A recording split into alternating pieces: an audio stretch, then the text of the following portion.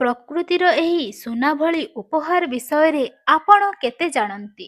ନମସ୍କାର। ଜ୍ଞାନରେ ଶକ୍ତି, ଶକ୍ତିରେ ସୁସ୍ଥତା। ଶକ୍ତିସୂତ୍ର ଦର୍ପଣକୁ ଆପଣଙ୍କୁ ସ୍ୱାଗତ। ମହୁ ସ୍ୱାଦରେ ମଧୁର, ଗୁଣରେ ଅମୃତ। ଆସନ୍ତୁ ଜାଣିବା ଏହାର ବିଶେଷତା। ମହୁର ଔଷଧୀୟ ଗୁଣ। କାଶ ଓ ଗଳା ବ୍ୟଥାରେ ଆରାମ ଦେଇଥାଏ। ରୋଗ ପ୍ରତିରୋଧକ ଶକ୍ତି ବଢ଼ାଇବାରେ ସହାୟକ। ଘା ଶୀଘ୍ର ସୁସ୍ଥ ହେବାରେ ସାହାଯ୍ୟ କରେ।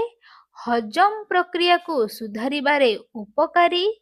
ଆଣ୍ଟିଅକ୍ସିଡେଣ୍ଟ ଗୁଣ ଥିବାରୁ କୋଷକୁ ସୁରକ୍ଷା ଦେଇଥାଏ।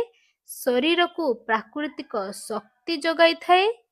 ସର୍ଦ୍ଦି କାଶର ଲକ୍ଷଣ କମାଇବାରେ ସହାୟକ।